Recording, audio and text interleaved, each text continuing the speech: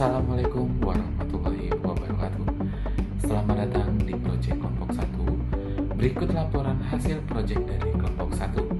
Kami akan tampilkan cara instalasi menjalankan aplikasi dari fitur pada aplikasi Kelompok 1. Berikut anggota kelompok kami terdiri dari 1.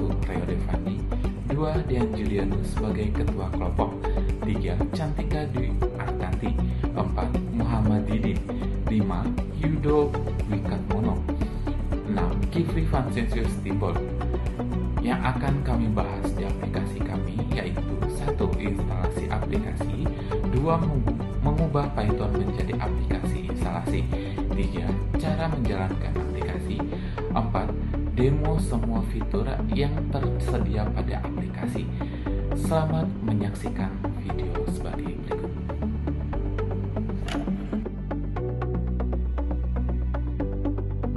Selamat datang, berikut laporan akhir proyek dari kelompok kami. Berikut akan kami tampilkan cara instalasi, menjalankan aplikasi, dan fitur pada aplikasi kami.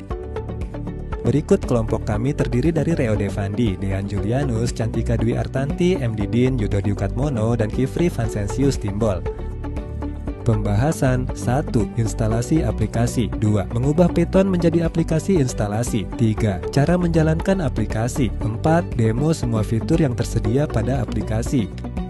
Langkah pertama yang saya lakukan adalah membuat sebuah folder project yang berisi seluruh file aplikasi. Di dalam folder tersebut terdapat file utama karyawan.py sebagai program utama, file database _karyawan.txt sebagai media penyimpanan data, serta beberapa file pendukung lainnya seperti ikon aplikasi dan file hasil build. Setelah folder project dibuat, saya membuka folder tersebut menggunakan Visual Studio Code. Selanjutnya, saya menginstal extension Python sehingga VS Code dapat menjalankan dan mendeteksi sintaks Python dengan baik. Pada bagian awal program, saya melakukan import beberapa library yang diperlukan, yaitu tkinter untuk membuat antarmuka aplikasi, ttk untuk membuat tabel data, messagebox untuk menampilkan notifikasi kepada pengguna, datetime untuk menampilkan tanggal dan waktu secara real time, serta OS untuk membaca dan menyimpan file database. Selanjutnya, saya membuat konfigurasi login administrator berupa username dan password yang digunakan untuk mengamankan akses ke dalam aplikasi. Kemudian, saya membuat fungsi load _data yang bertugas membaca seluruh data dari file database _karyawan.txt. Data yang berhasil dibaca akan dimasukkan ke dalam dictionary Python sehingga dapat diproses oleh seluruh menu aplikasi. Setelah itu, saya membuat fungsi save _data yang digunakan untuk menyimpan seluruh perubahan data kembali ke dalam file database. Dengan fungsi ini, setiap proses tambah, ubah, maupun hapus data akan langsung tersimpan secara permanen. Tahap berikutnya adalah membuat antarmuka aplikasi menggunakan tkinter. Saya membuat halaman login, dashboard, menu data karyawan, serta menu laporan. Setiap halaman dibuat menggunakan komponen seperti frame, label, button, entry, combo box, dan tree view. Selanjutnya, saya membuat fungsi-fungsi utama aplikasi seperti menambah data, mengubah data, menghapus data, mencari data, serta memperbarui isi tabel menggunakan fungsi refresh _table kurung buka kurung tutup. Semua fungsi tersebut saling terhubung sehingga perubahan data pada aplikasi akan langsung disinkronkan dengan database. Setelah seluruh fitur selesai dibuat dan diuji, program dijalankan melalui terminal bawaan Visual Studio Code menggunakan interpreter Python. Dari hasil pengujian tersebut dapat dipastikan bahwa seluruh fungsi aplikasi berjalan sesuai dengan yang direncanakan. Tahap berikutnya adalah mengubah program Python menjadi file aplikasi Windows menggunakan PyInstaller, kemudian membuat installer menggunakan InnoSetup, sehingga aplikasi dapat dijalankan tanpa harus membuka Visual Studio Code atau menginstal Python terlebih dahulu.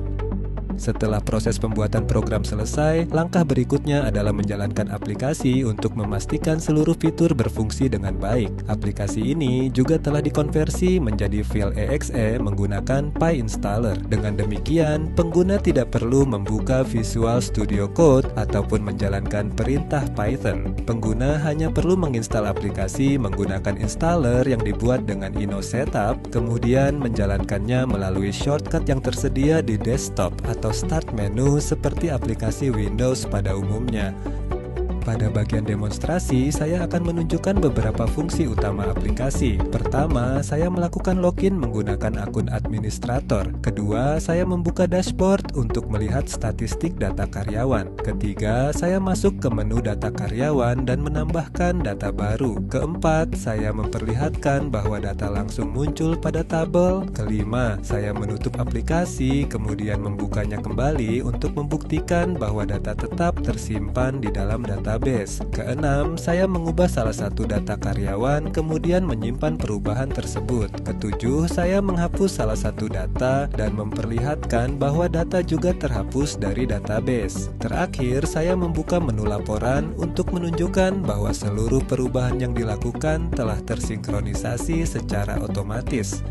Kesimpulan, berdasarkan hasil pengujian, aplikasi HR Karyawan Manajemen Sistem berhasil menjalankan seluruh fungsi utama yaitu login, pengelolaan data karyawan, penyimpanan database, sinkronisasi data, dashboard, serta laporan. Dengan adanya aplikasi ini, proses pengelolaan data karyawan menjadi lebih cepat, lebih terstruktur, dan lebih efisien dibandingkan pencatatan secara manual. Demikian presentasi yang dapat saya sampaikan. Terima kasih atas perhatiannya.